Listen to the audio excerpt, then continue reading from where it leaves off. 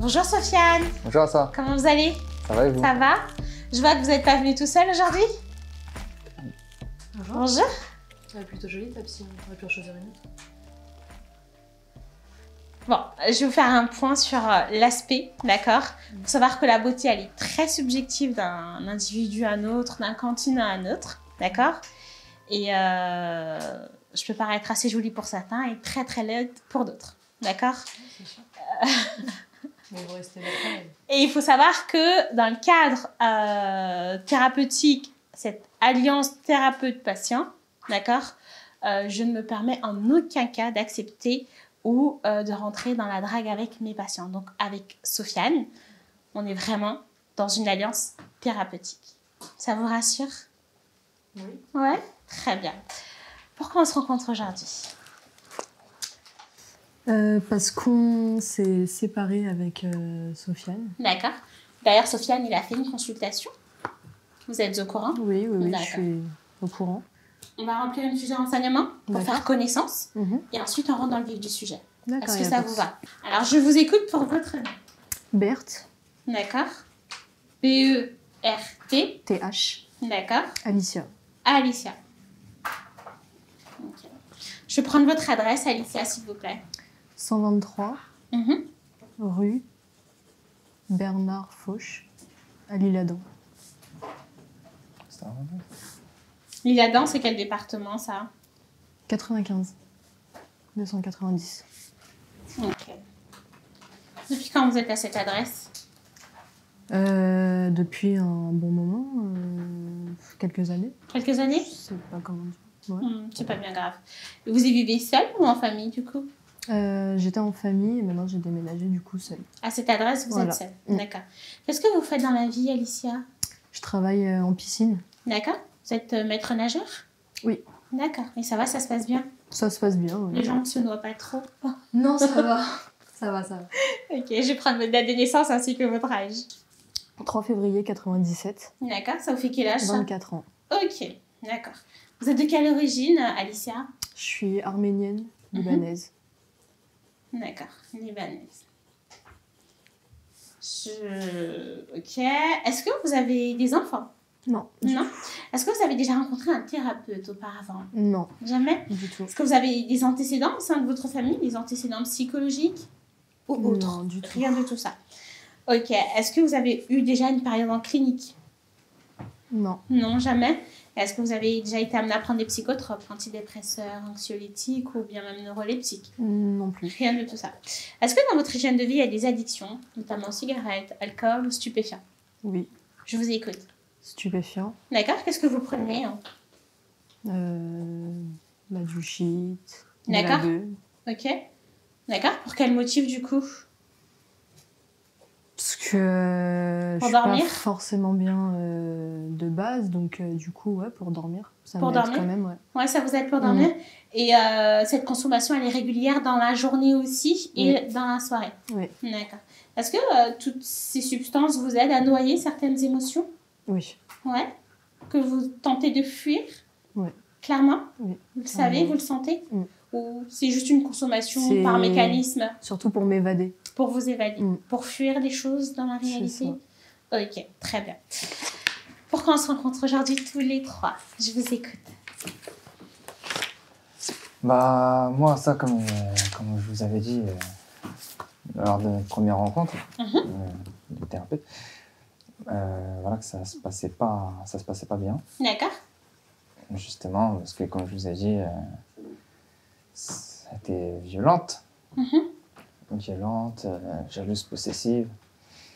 Enfin, qu'il y ait beaucoup de problèmes comme ça, donc ça allait vraiment plus.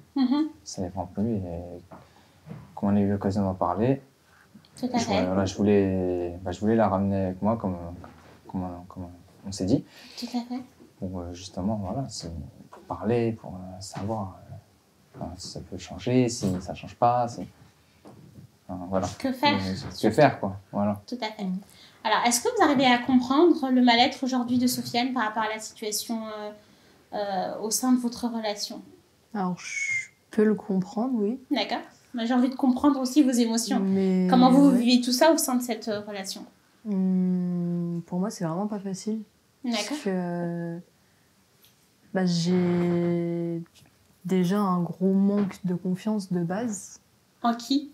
en moi. En J'ai vous-même? un gros manque de confiance en moi. D'accord.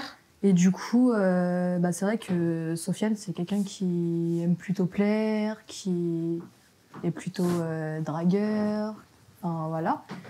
Donc du coup, c'est vrai que j'ai tendance à vite péter les plombs. Parce qu'il joue de ça aussi, je pense. D'accord. Après, c'est mon ressenti à moi. Et puis c'est vrai que j'accepte pas énormément de choses par rapport à mon passé, mon vécu. Donc et je pense qu'il pourrait se mettre aussi à ma place un peu, quoi. Parlez-moi de ce vécu, parce qu'on l'a rapidement évoqué lors de ma première consultation avec Sofiane. Moi, j'ai envie de la comprendre avec vos mots à vous et avec votre expression à vous, très clairement. Je vous écoute. Alors, moi, quand j'étais plus jeune, D'accord. on a abusé de moi. Donc, pendant une relation quand j'étais au collège. D'accord. Donc, j'étais en couple avec cette personne, sauf que c'est vrai que j'étais pas prête à avoir de relations sexuelles. J'étais pas du tout prête. Et du coup, c'est vrai qu'il m'a plutôt forcée pendant 6 bons mois.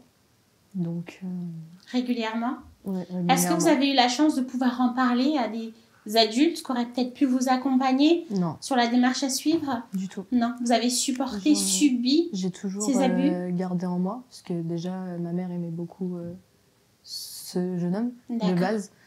Donc, j'avais pas envie de la décevoir. Et puis, j'étais dans une phase où c'est vrai que j'avais pas forcément envie d'en parler. Je m'étais renfermée totalement D'accord. sur moi-même.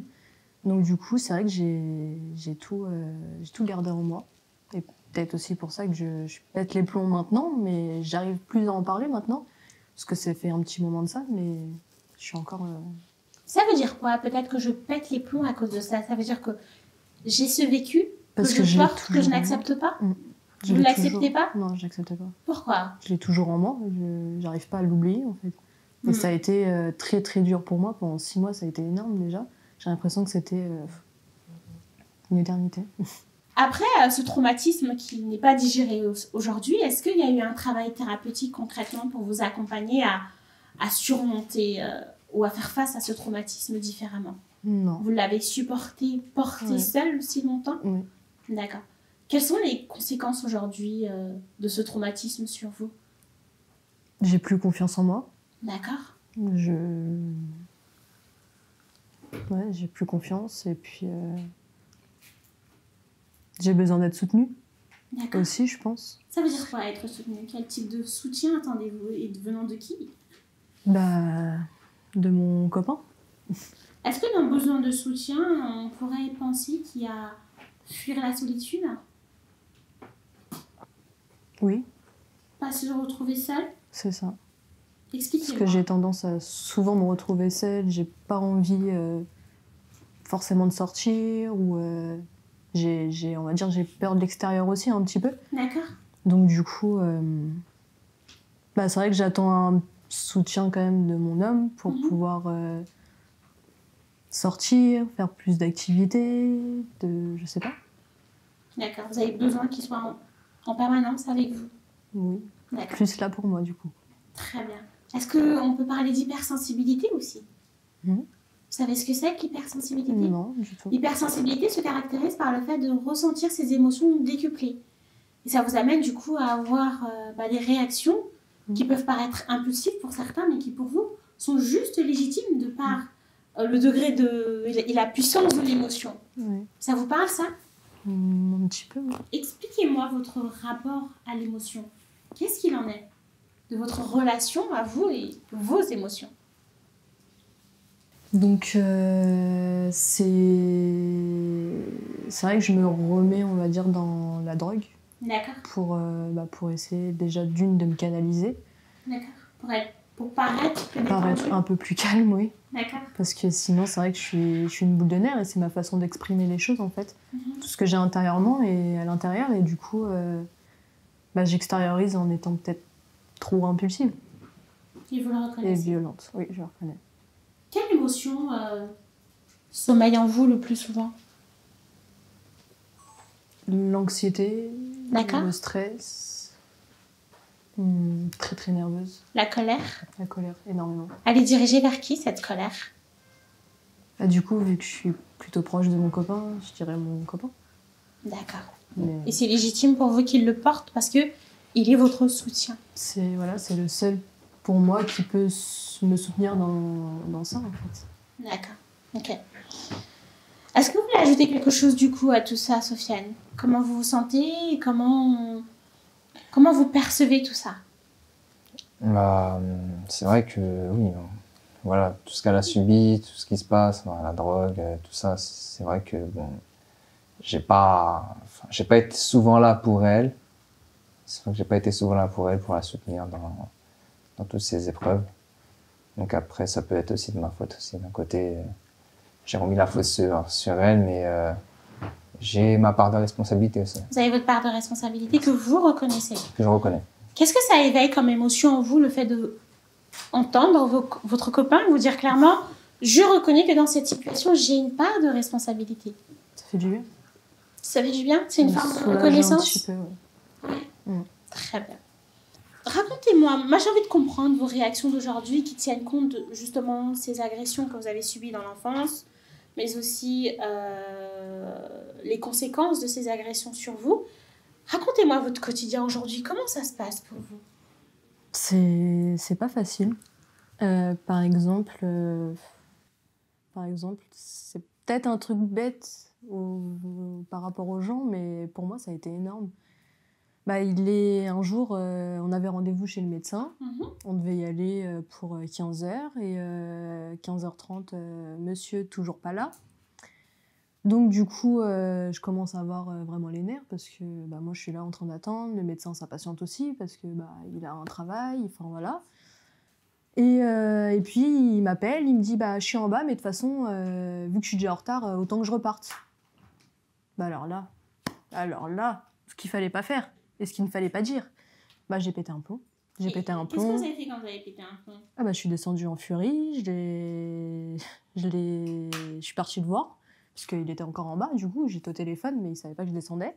Je suis arrivée, j'ai pété un plomb, je l'ai poussé, j'ai totalement câblé, en fait. Je me suis énervée, je l'ai insulté, je lui ai dit c'est un manque de respect pour le médecin, même pour moi qui suis là. Enfin, moi, j'ai pris ma demi-après-midi en plus, donc du coup, t'arrives en retard et t'as pas de justificatif valable. Donc non, pas possible. Et moi, ça m'a... Rien que d'y penser, j'en tremble. Ça m'énerve. Enfin bon, bref, voilà. Sofiane, quels sont vos arguments pour ce jour-là? Qu'est-ce qui s'est passé?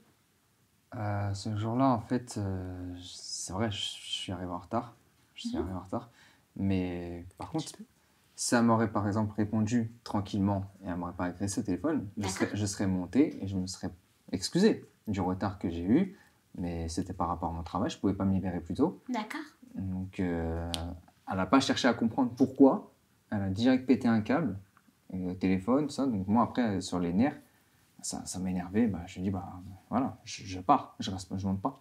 Est-ce que là, clairement, dans cette scène, on peut relever le manque de communication qui a conduit à chacun à être dans un état émotionnel inconfortable et être dans des réactions impulsives? Oui, mais dans ce cas-là, au lieu de me laisser poireauter, pourquoi il me prévient pas qu'il va arriver en retard par rapport à son travail? Ah, mais j'ai bien relevé le manque de communication. Ah oui, oui, parce que moi je suis quelqu'un d'impulsif et tu le sais. Donc tu devrais le savoir, que tu devrais me prévenir avant que je pète un plomb, c'est tout. Oui, dans ce cas-là, il faut poser des questions. Quand on ne sait pas, on pose des C'est questions. C'est à toi de me le dire directement. On ne s'énerve pas directement au téléphone. Ok. Qu'est-ce que vous souhaitez mettre en place aujourd'hui, tous les deux, ensemble? Écoutez, là, franchement, en tout cas pour moi, ça m'a fait du bien de venir ici, d'en parler tous les trois. Je ne sais pas pour toi. Mais oui, franchement, si on peut repartir sur une bonne base et arrêter de s'engueuler pour rien, pour ça, et avoir une communication, parce qu'on a ce manque de communication, vraiment. Franchement, moi, je suis prêt à Qu'est-ce que vous ressentez pour cette jeune femme? Bah, je peux pas dire que je ressens rien en tout cas parce que c'est pas possible. Enfin, je suis toujours, je l'aime. Enfin, je l'aime toujours. Mais voilà, des fois c'est difficile de sortir ces sentiments.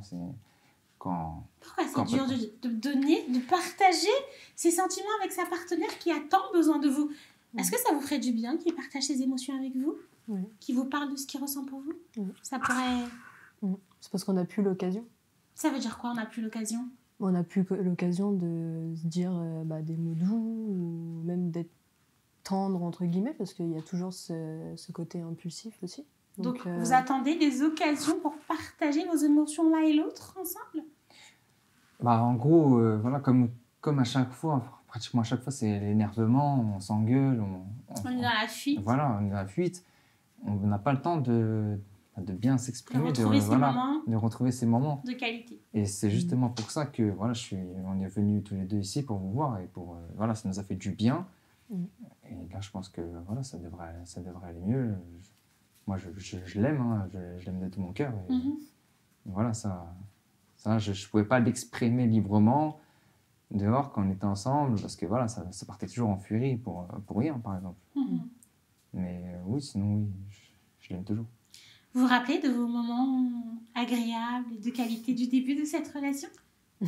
Ça vous fait sourire? Ils étaient assez beaux, aussi beaux que ça? Oui, c'était beau quand même. Ouais. Vous avez envie de revivre tout ça? Oui. Il vous manque Sofiane? Oui, beaucoup. Beaucoup? Ok. Aujourd'hui, moi, j'ai envie de comprendre ce que vous ressentez concrètement. Parlez-moi de cette bulle de colère. Si on devait visualiser la colère comme une bulle, quels sont les points qui existent dans cette bulle? Moi, j'ai envie de les visualiser. Comment ça? Vous avez clairement dit ressentir l'anxiété, le manque de confiance, la colère. On est d'accord?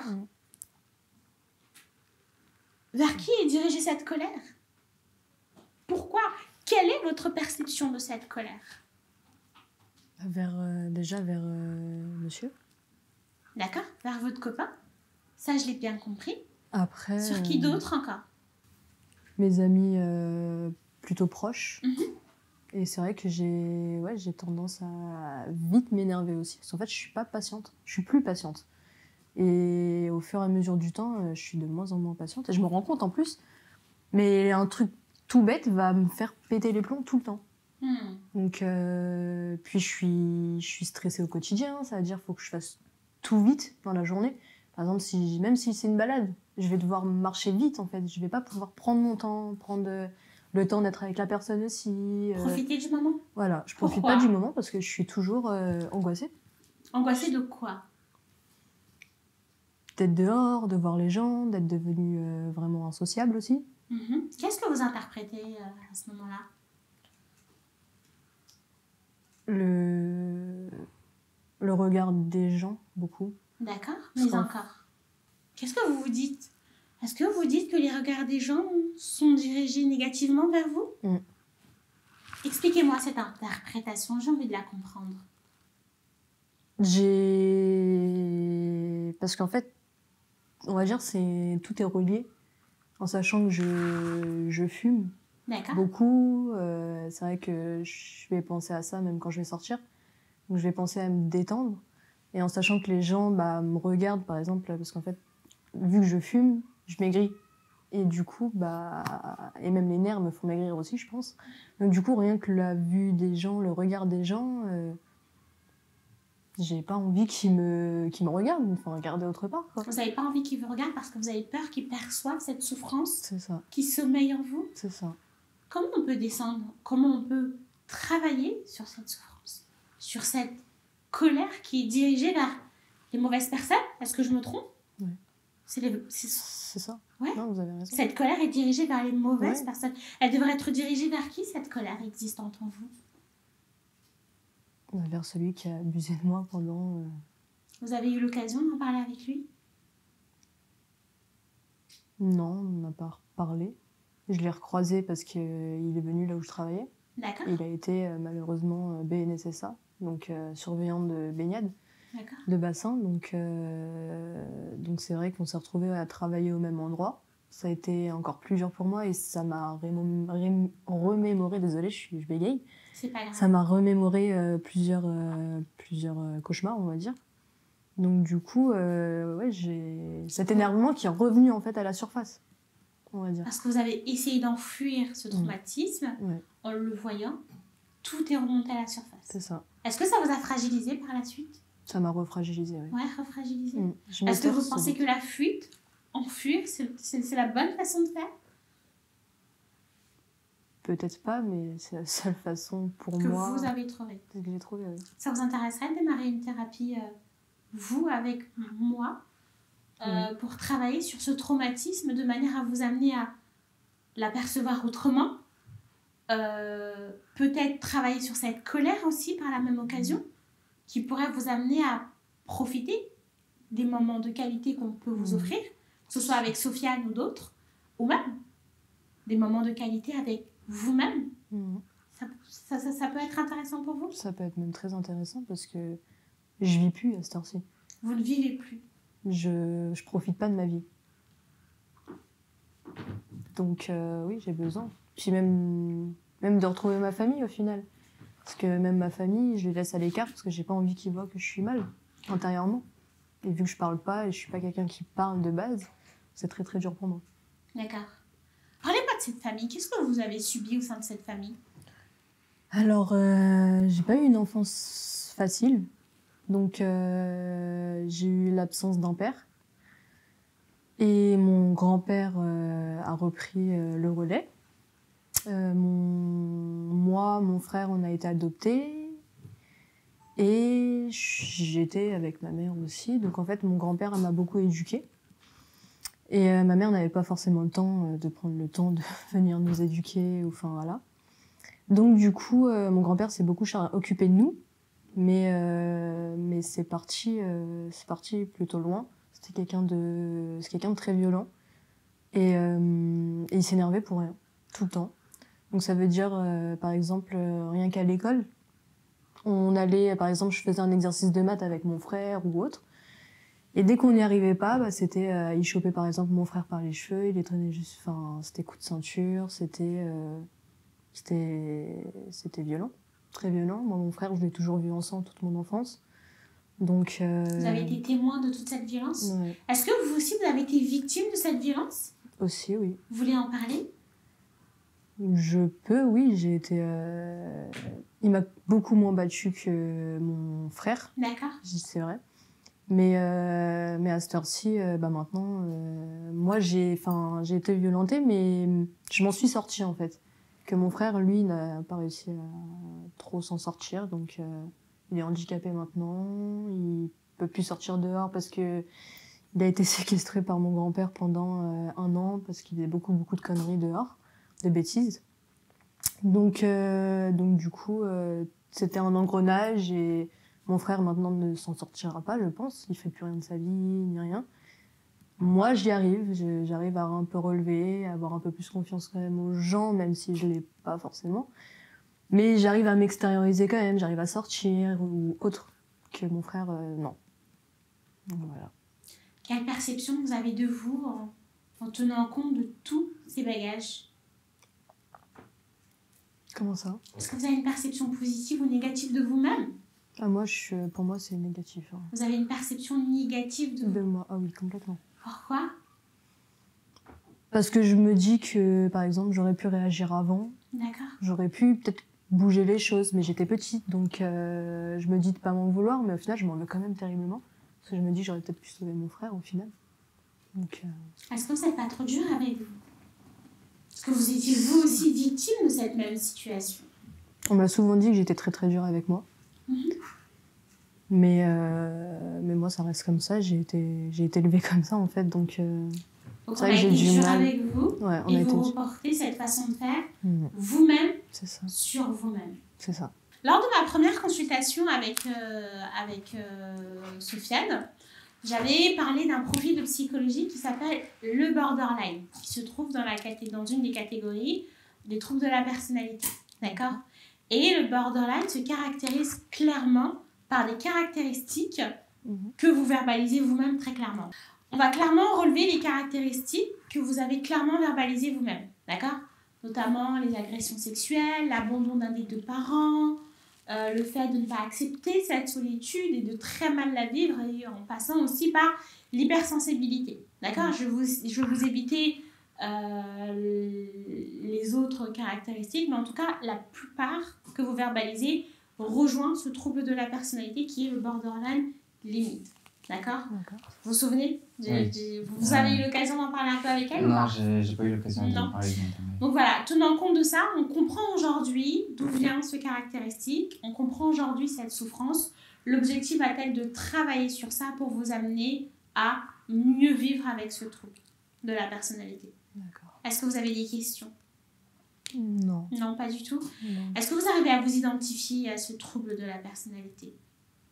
Oui. Ouais, clairement. Oui, ça vous parle? D'accord. Est-ce que ça paraît grave pour vous, le fait que je vous parle de trouble de la personnalité? Non, c'est normal. Les conséquences de tout ce que vous avez subi et que vous avez porté clairement pendant des très longues années sans avoir démarré de travail thérapeutique. Donc, cette perception négative que vous avez de vous, peut-être qu'il peut être intéressant de la revoir. Oui. Qu'est-ce que vous en pensez? Je pense. On essaie de travailler sur ça? Oui. Je vous remercie pour cette très belle consultation. J'espère qu'elle a répondu à vos questions et qu'aujourd'hui, vous allez pouvoir travailler sur des perspectives très fraîches. D'accord? Alicia, n'hésitez absolument pas à prendre une consultation pour qu'on puisse travailler toutes les deux sur vos traumatismes et cette perception que vous avez de vous. D'accord? Merci beaucoup. Comme vous avez pu le constater, Alicia a subi des réels traumatismes qui l'ont amenée aujourd'hui à être borderline dans la catégorie des troubles de la personnalité. Un plan de traitement lui a été proposé pour qu'elle puisse travailler déjà en un premier temps sur ses souffrances. Et un autre plan de traitement a été proposé au couple pour qu'ils puissent eux-mêmes, de leur côté, entre les consultations, travailler sur ce manque de communication et cette gestion des émotions. C'était juste moi, Assa, votre thérapeute, qui vous veut du bien.